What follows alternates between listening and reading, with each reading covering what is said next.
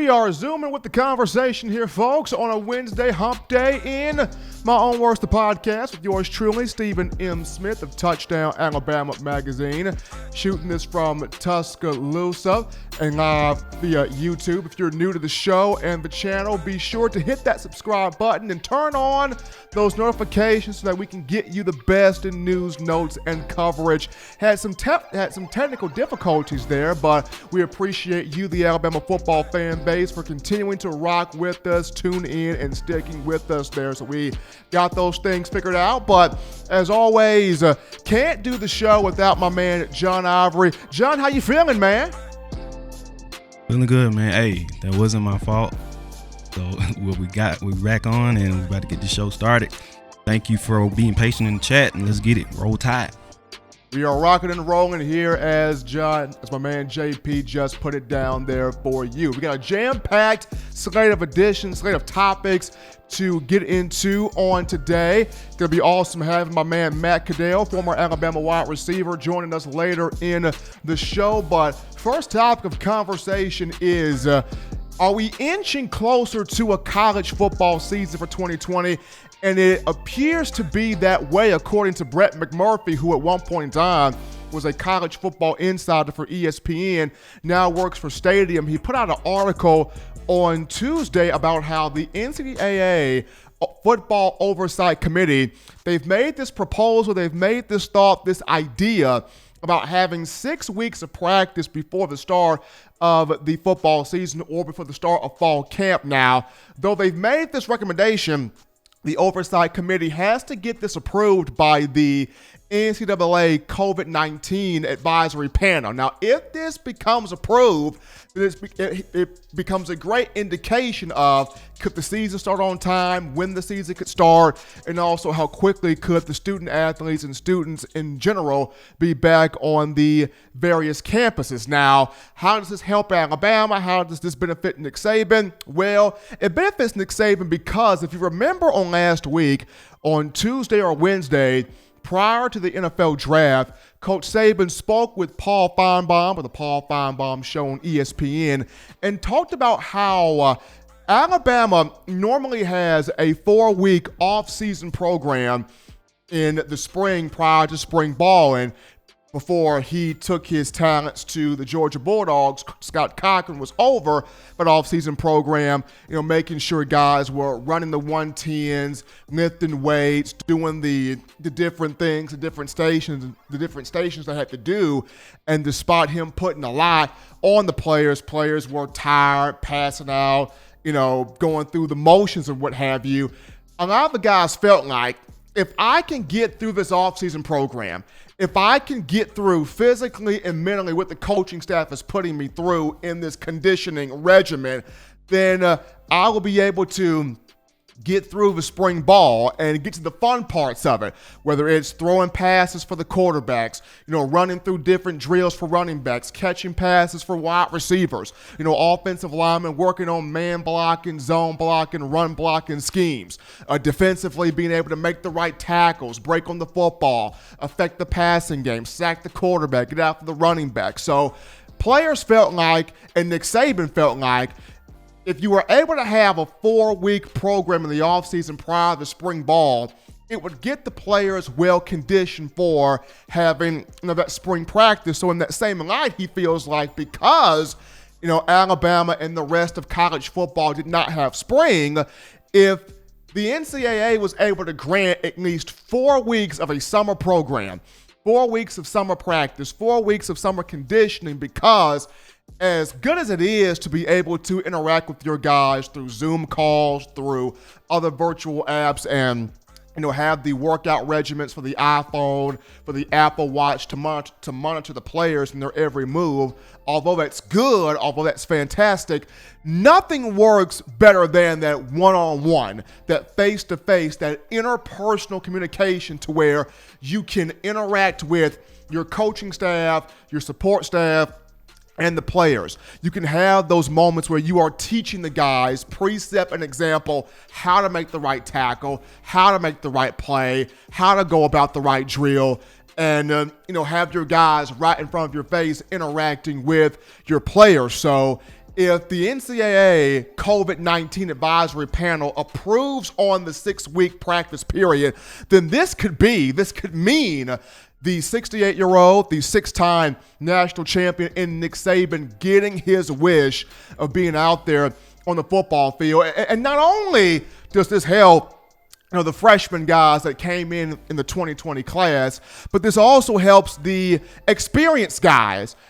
It helps out the older players, and it also helps out those that suffered injuries in the 2019 season or prior to the season. When you discuss Dylan Moses, Joshua McMillan, guys like LeBron Ray, DJ Dale, who got hurt in the latter part of the season, also Trey Sanders, getting those guys back on the field, getting those guys fully up to speed, making sure that each and every one of those players are 100% when they go through the drills, as they are having those teachable moments, as they're having those mental reps. So this would be good for the freshmen, this would be good for the older players, and this would also be really beneficial to those guys who were hurt in 2019 and have that chance to get back on the field. So hopefully the NCAA COVID-19 advisory panel will be able to see the whole proposal that the oversight committee is doing, and we can have the 6-week practice period prior to the fall camp and the 2020 college football season. But we're going to go to our first break here on In My Own Words, the podcast. Don't touch that dial, just getting you started. Upon our return, we will sit down with former Alabama wide receiver Matt Caddell and talk some Crimson Tide 2020 football with him right after this.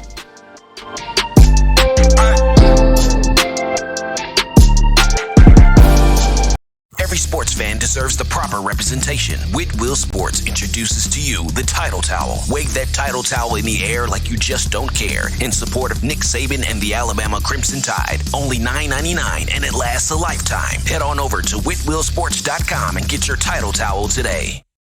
Touchdown Alabama Magazine is Alabama football's premier publication. A subscription to Touchdown Alabama Magazine is the perfect gift for any Alabama fan. For exclusive news and information, recruiting updates, a free annual print magazine, and more, go to touchdownalabama.com and click join. Only $5.95 per month, or pay $49.95 for a full year subscription. That's a saving of almost $22. Make sure to subscribe before it's too late and get our new freshly printed end of the year magazine issue. Go to touchdownalabama.com today and roll Tide.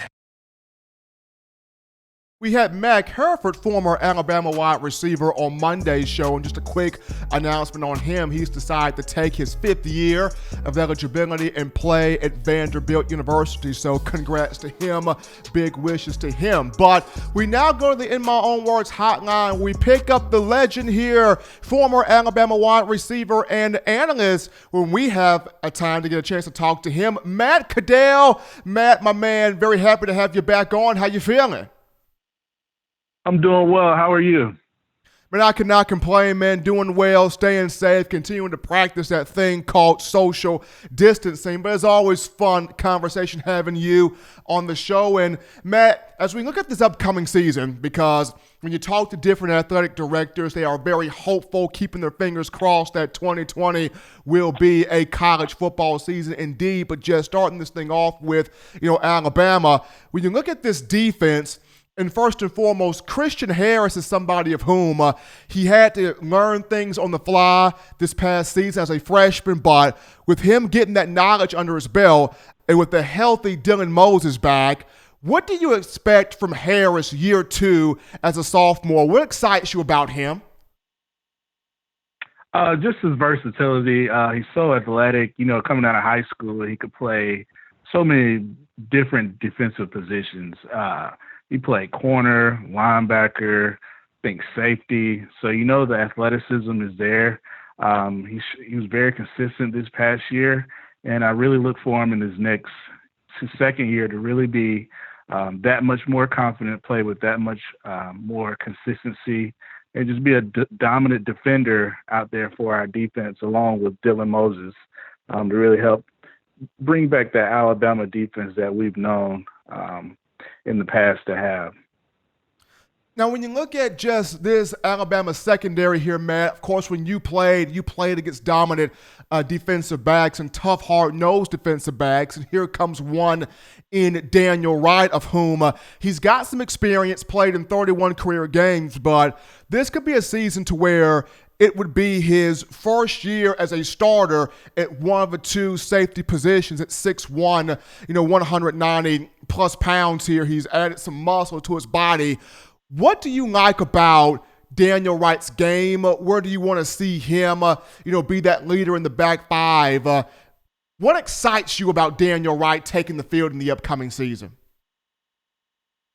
From what I've seen about him, he just seems like he has a lot of athleticism on the back end at the safety position. I think key for him is just to be consistent. That way he can be on the field as often as possible. I know he was behind guys like McKinney and Nagi Harris and those types, but I think it's his time to step up and really help our defense be successful, be a leader, and really help on the back end from the safety position and give us that leadership and consistent play that we need on that back end. If you're just tuning into the show, ladies and gentlemen, we're joined by former Alabama wide receiver Matt Caddell on the hotline here, who played from 2003 to 2007 for the Crimson Tide. Matt, you brought up the fact that Daniel Wright's been playing behind a lot of big-time names when you discuss Xavier McKinney and Minkah Fitzpatrick, but how critical is that when you're able to pick up and learn from guys that know the position, that went through the process, you're able to sit down, glean wisdom, glean knowledge? How important or how precious or vital is that when you get your time to get on the field and officially be a starter, you're able to pull from the life lessons, the football lessons that older guys have poured into you? I think it's huge. Knowledge, the more knowledge you can have, the better you can make up your opportunity. And I think, he's having to learn from, the McKinneys, the Minkahs, Rodney Harrison, seeing all those guys play in that role with a consistent play. Hopefully he's learned as much knowledge as possible from these guys and is ready to, execute his opportunity to, really be successful in that safety position for our defense. Now, Alabama's got 7 backs here on the roster, Matt, when you discuss Nagi Harris, Brian Robinson, Keegan Robinson, Trey Sanders, and the 3 freshmen in Jace McClellan, Roydell Williams, and Kyle Edwards. So a lot of backs here. Now, when you look at Nagi Harris, you can say, this is a guy that's going to push for a 1,000-yard season. Could have went into this NFL draft, but decided to come back. Could Alabama potentially, though, have 2 1,000-yard backs? And if you feel that way, who would be the guy to join Nagi as that second 1,000-yard back? That's a good question. I definitely see Alabama, the way we run our offense, Coach Saban and Sark want to be balanced with the run and the pass. But, with us having so much depth at the running back position, I really can see us really having 2,000-yard rushers. And obviously Nagi would be one. And I think my second pick, I'm going to say the running back, Trey Saunders. I think he has so much upside. You were hearing so many great reports about him in fall camp, how explosive, elusive he is, how, such a great runner he is with the ball before he had his injury. And I think with this time being off, working with the off season, being able to watch the game from the sidelines, being able to see the game from a different perspective, I think he's going to be ready to take that next step. Obviously, Brian Robinson would be my other answer, but with us having so many running backs, I think it's key for us to kind of move him maybe into an H-back role, just so can maximize all the runners that we have, because we have Roydell Williams, we have Jace McClellan. So those right now, I would say Trey Saunders and Nagi. Now, Matt, for you, where does Keelan Robinson fit into the mix? Because here's a guy that Nick Saban has constantly said he's got juice, he's got speed, he's got something that not a lot of our other backs have. A lot of people have compared him to one Kenyon Drake. So where would you see Keelan Robinson in this mix here? To your point, the Kenyon Drake, Drake will come in and kind of be that speed, elusive type guy, kind of change of pace whenever we wanted to, really affect the defense in the passing game, more of an outside type runs, quick, get the speed on the edges. And I think he showed a lot of that last year. Once he hits the hole, he is gone. Nobody's catching him. So can't catch a speeding bullet. Definitely. Yeah, they're not catching him. I think important for him is, to really get some size on him, really run behind his pads and really keep that speed. And I think if he's consistent, they will find a way to put him on the field and use packages. That way we can have an effective offense to go against these defenses in the SEC. If you're just tuning in to In My Own Words, the podcast, ladies and gentlemen, on a Wednesday, we got former Alabama wide receiver Matt Caddell on the phone lines, played from 2003 to 07, talking a little bit of Crimson Tide football for 2020. And the biggest thing, Matt, that all fans want to know is defensively, last 2 years were not what Alabama fans were accustomed to seeing from this defense, but getting some players back healthy. Of course, Pete Golding will look at last year, learn from what happened last year, and push forward. But in terms of the pass rush, who do you see as the guy that Alabama will turn loose and say, young man, go get the quarterback? I think it's going to be a lot of guys. I think it's just going to be a lot of guys. We have a lot of freshmen that coming in, Will Anderson, the guy from Jackson Olin. We have Drew Saunders. We have a lot of guys. And I think what's key for us is we really need to have a lot of depth at that position, a lot of versatile guys that can play inside and outside and can rush the passer.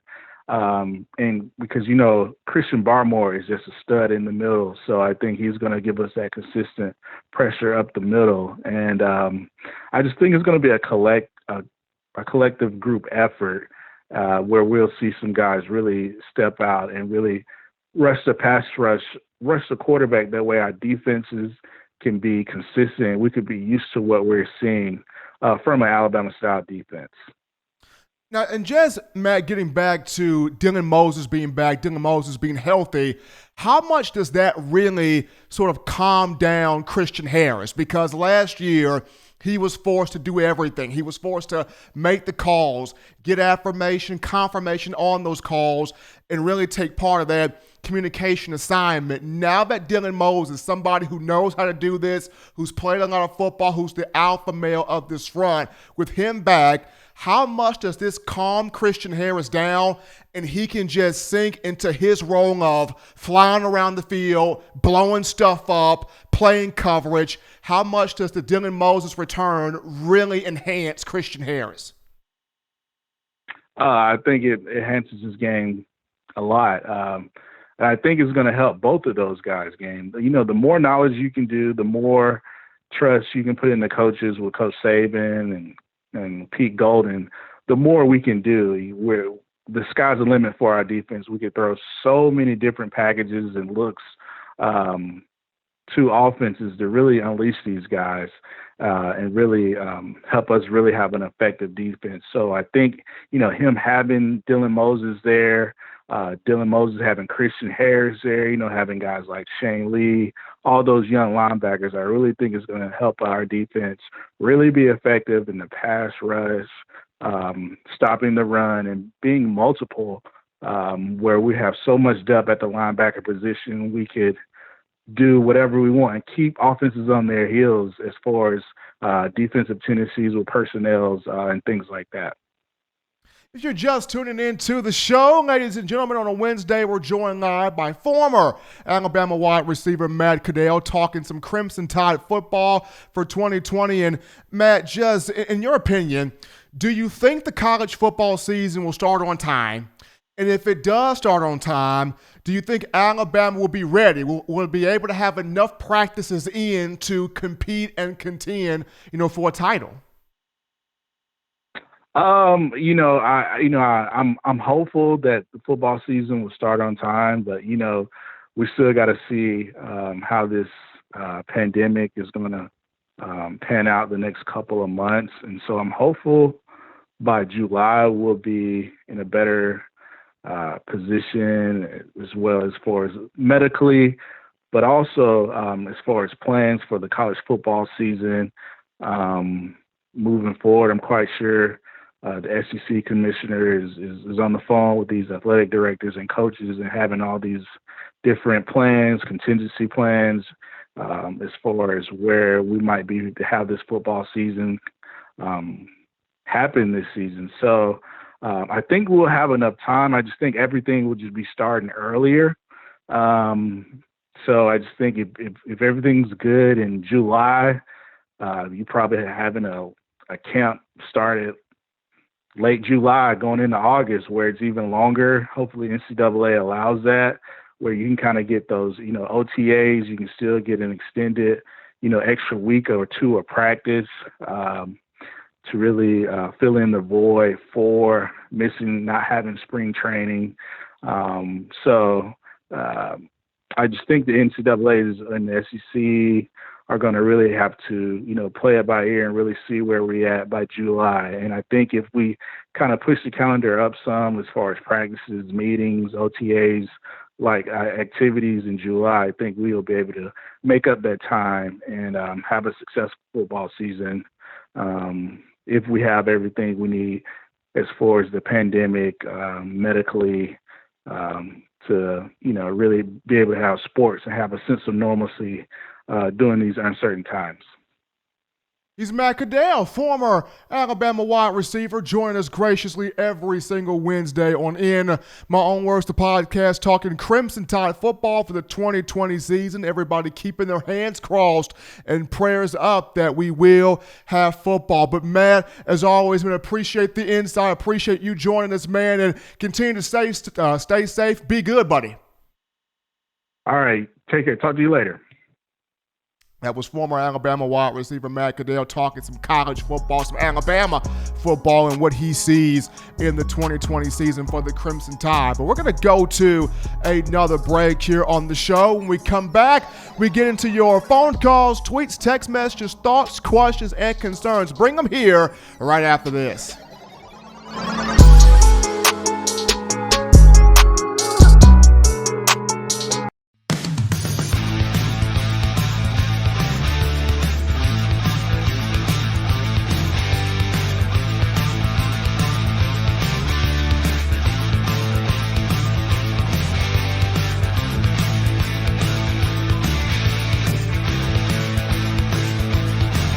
T-Town Menswear in the University Mall in Tuscaloosa. Touchdown Alabama Magazine is Alabama football's premier publication. A subscription to Touchdown Alabama Magazine is the perfect gift for any Alabama fan. For exclusive news and information, recruiting updates, a free annual print magazine, and more, go to touchdownalabama.com and click join. Only $5.95 per month or pay $49.95 for a full year subscription. That's a saving of almost $22. Make sure to subscribe before it's too late and get our new freshly printed end of the year magazine issue. Go to touchdownalabama.com today and roll Tide. We are back from the break here, ladies and gentlemen, on the hottest show on the streets, best form of Alabama football news, notes, and information. Appreciate you guys rocking and rolling with us. In My Own Words, the podcast with yours truly, Stephen M. Smith. And it's your time, Crimson Tide Nation, 205-448-1358, the number to call in to let your voice be heard, 205-448-1358. You can also text with that number and leave a voicemail with that number. We pick up our first caller in the queue. Waylon's with us live on a Wednesday. What's going on, man? Man, I tell you what, Stephen, I've never moved so fast in my life. Keys in the pocket, in the car, garage door up, out in the street, 360, back in the garage, in the house. The podcast is on with Matt Caddell. Don't ever do that to me again. Whew. Man, hey, what, Waylon? We will try as hard as we can to not put you through that stress again, man. We know How's everything going on we know for a fact, Waylon, that was stressful. So we definitely apologize to you, my man. Man, I know you're not. JP ain't gonna let you do this to me tonight on Wednesday night. Man, I'm calling the president. Anyway, what's going on down at TDA, baby? What's going on? What's going on here, Waylon? Some positive news in terms of a college football season. The NCAA Football Oversight Committee is trying to get this 6-week plan of practice before the season starts. They got to get this approved by the COVID-19 advisory panel. But if they can get this approved, then it becomes a great indicator, or it will show how quickly can the season start on time, how quickly can we get the students and the student athletes back on campus. So the league, the organization, is moving toward trying to get football back in here. Yeah, I've been keeping a close eye on it myself, trying to get every little tidbit information we can to stay up on it, hoping the season is we'll be able to kick off here so they can get some quality work in to be able to get some of these guys in the places they need to be. So, we hope that happens soon. Maybe we can get some stuff cleared up. But I know the show's short and a lot of people in the queue, but I went back again to 1992. I just couldn't help it. That was just a special year for me. That was a great team, Waylon. Yeah, that was a good team for me. I had a couple of dear friends of mine played on that team from little 1A schools up here in Northwest Alabama. You don't see that very often in Alabama, and it was a special year, and we'll never forget that in Tide history. I hope we don't anyway. I don't believe so. No, I don't think so. But anyway, all right, we're going to do a little quick poem here. 3 hearty chuckles. Hope everybody enjoys it, and we'll get out everybody's hair. All right, here we go. Roses are reds, violets are blues. It was a Superdome in 1992. All the writers and news channels said Bama had no chance to win the game from the reigning champs. But the Bama defense said no way. The bookends of Bama harassed Toretto all day. The lightning struck, the thunder rolled. Out of the eye of the hurricane, George Teague rolled. With a strip ball in hand, headed back to Bama land. So the mighty Hurricanes left the Superdome that day with their pride all stripped away. All right, Stephen, we'll get out of here. Y'all doing a great job down at TDA. We'll catch y'all again, the good Lord's willing, on Friday night. Y'all be safe. Bye-bye. Be good, though, Waylon. Appreciate him always dropping by with a great poem. Wasn't trying to put too much stress on him there, but we appreciate you guys for hanging with us even through a couple of technical difficulties there. But we got some questions there in the chat line, John. Yeah, also, I just want to say that was a real good poem, Waylon. That was a good one. But Cedric Peterson asked, are the players able to train with the new strength and conditioning staff right now? Are the players able to train with the staff? Now, they're not there with the staff. However, the staff did give them workout regimens, workout plans. So they have those plans on their iPhones, on their Apple Watches, on different devices. So they're not here currently with the staff, but the staff is monitoring what they're doing on the phone and on the Apple Watches in terms of the workouts. We got another one. Gucci Ty asks, what do you think Alabama's record will be this year? Woo! Interesting question right there. I mean, I could look at 14-1 because that game against Georgia will be interesting. The LSU game will be interesting. The Auburn game is always kind of interesting. So I can look at 14-1.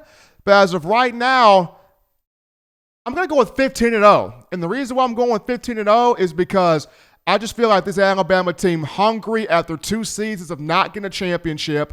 They got the bad personalities out of the room. They've got the right sports performance team here in Blue and Dr. Ray. And, hopefully we can cut down on these injuries. And the big thing is, not having spring and with this pandemic going around, these guys are going to take this football season very seriously because it could be a situation where they don't have a football season. So hopefully we're able to see college football. I think the players take it very seriously. So I say 15-0 for the Crimson Tide. But a very interesting topic, very interesting news that came out on today was the NCAA Board of Governors ruled in favor of pay for play. They've ruled in favor of compensation for student athletes, allowing these individuals to profit off their image, their name, and their likeness. Now, according to the article from the organization, we could be seeing pay-for-play go into effect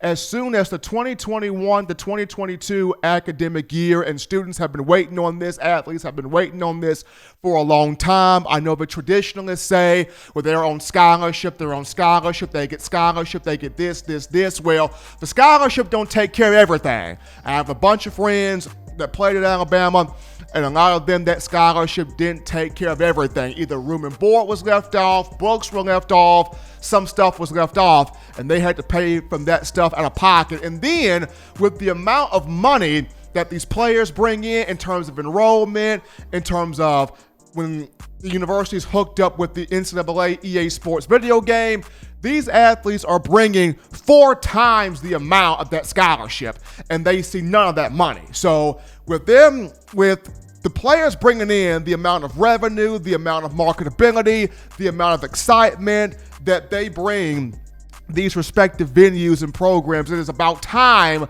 for these young men and women to get compensated for their image, their likeness, and their name. So the NCAA Board of Governors has ruled in favor of pay-for-play compensating these young athletes, and it can take place as early as the 2021 to 2022 academic year. But we're going to take another break here on In My Own Words, the podcast. Upon our return, we will touch in on one Dylan Moses and why I think he will be the best linebacker in college football in the upcoming season right after this. Hey, Willie said if we lose, he coming for you. You said we're going 15-0.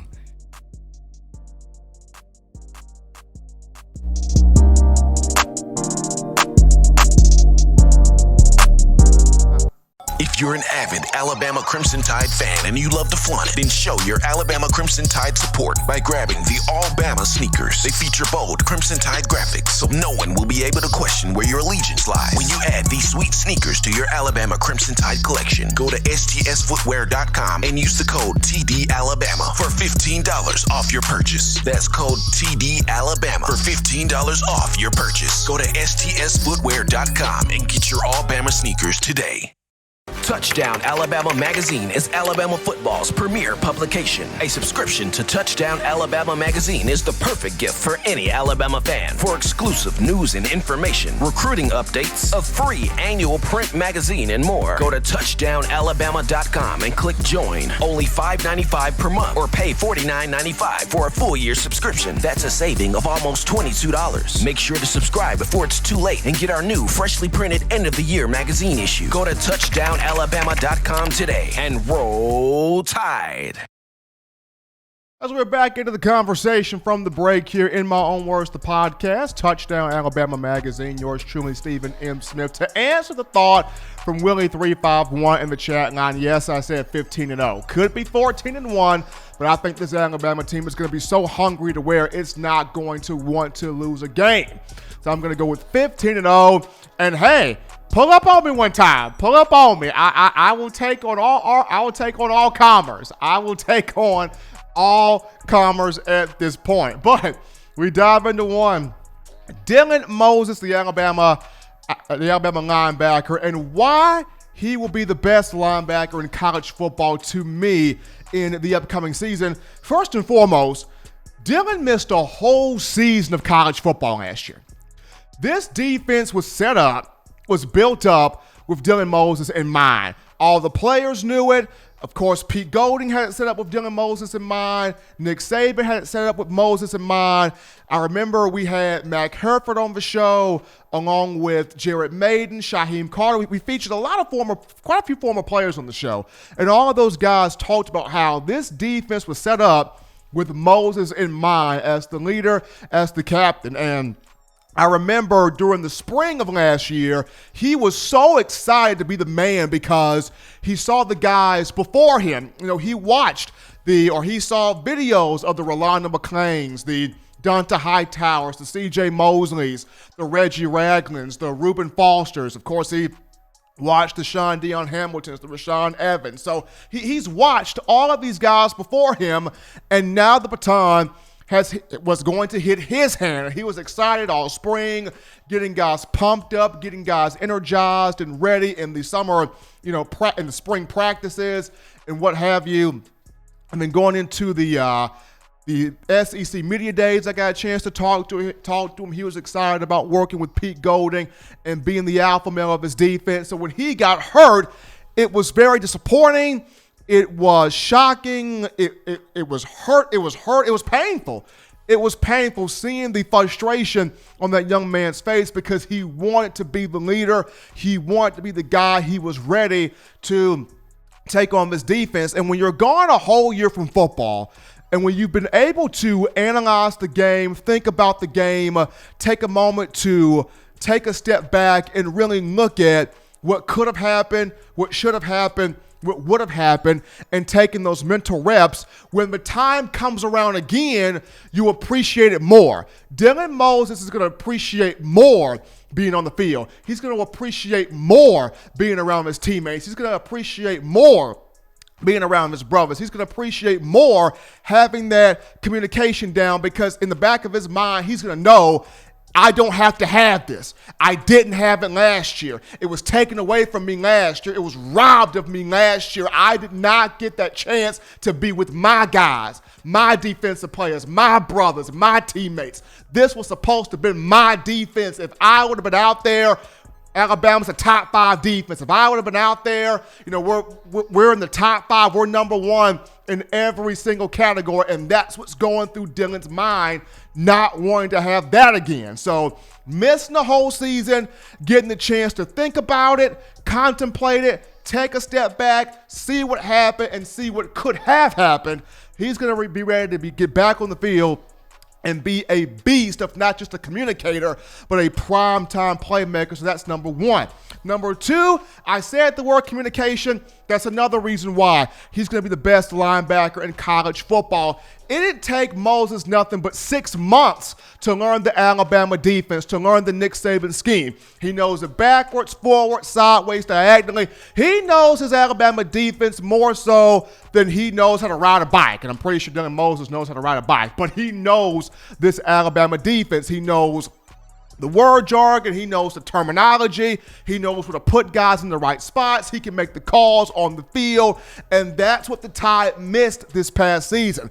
Xavier McKinney did a great job, he really did, but for him having to come down from his safety spot and direct traffic and pat somebody on the butt, hey, go up in that gap, pat somebody on the butt, hey, slide over here, and then having to jump back to his free safety spot and still try to make a play on the football, a little bit too much at times for X to handle. He shouldn't have had to have done that much, but he did it, found a way to make it work. But having Moses back in the middle, in the center, as the nucleus of the controls, as the mothership, so to speak, having Dylan Moses back as the mothership plays a huge role. It plays huge dividends, and he's going to be able to have other guys relax, be able to direct traffic, have them fly around the field, blow stuff up, shoot up gaps, make tackles for loss, get sacks from the quarterback, affect the running back, as well as the communication and let the back 5 in the secondary know what's happening. So the guys like Jordan Battle, Daniel Wright, Patrick Surtain, Josh Jobe, or whomever Nick Saban puts out there can track the football. Having Moses back as the nucleus sets everything back in motion, and it sets Alabama back to being that feared defense that you of Tide Nation are used to seeing it be. Last but not least, why Alabama will be why Dylan Moses will be the best linebacker in college football, got a little tongue-tied there, is he wants to be a top 5 pick. He wants to be a top 5 NFL draft pick, and getting him back on the field and having him back making plays and having him back directing traffic and having that IQ, that intelligence, that high motor back on the field, the guys like Todd McShay, Mel Kiper Jr., Bucky Brooks, Daniel Jeremiah, they're going to go, whoa, this is what we missed last year. This is what we didn't have last year. Here's that Bama defense that was supposed to have been like this last year, but because Dylan Moses was not on the field, we didn't get that. Now that Dylan Moses is back on the field, we are seeing what a Nick Saban defense is supposed to look like. We are seeing what a feared unit is supposed to be. And with Moses captaining and anchoring this front, now we see Dylan Moses for what he is, which is a top 5 draft pick in the 2021 NFL venue. So he missed the whole season. He's going to be ready to be back dominant again, being back on the field with his brothers. He'll have that communication in pocket with the team. And then last but not least, that desire to be a top 5 pick. But as always, Tide fans, you want the best in news, notes, information, and coverage on your Crimson Tide. You can get this by downloading the Touchdown Alabama Magazine app. Very easy to do. You can get this from the iPhone App Store if you're rocking Team Apple, Google Play Store if you have the Android phone. If your podcast option needs are iTunes or Apple Podcasts, Spotify, Stitcher, Google Play, Overcast.fm, TuneIn Radio, or iHeartRadio, we have you covered. And if the good and gracious Lord sees fit, I'll be back on Friday talking Crimson Tide football. But for now, we leave on this. Husbands, love those wives. Wives appreciate, value those husbands. Children, find ways legitimately to not be bored. Get you those 3 hearty meals a day, those 3 great laughs a day. Protect yourself and protect those loved ones around you. Until next time, folks, it's your man, Stephen M. Smith. This has been In My Own Words.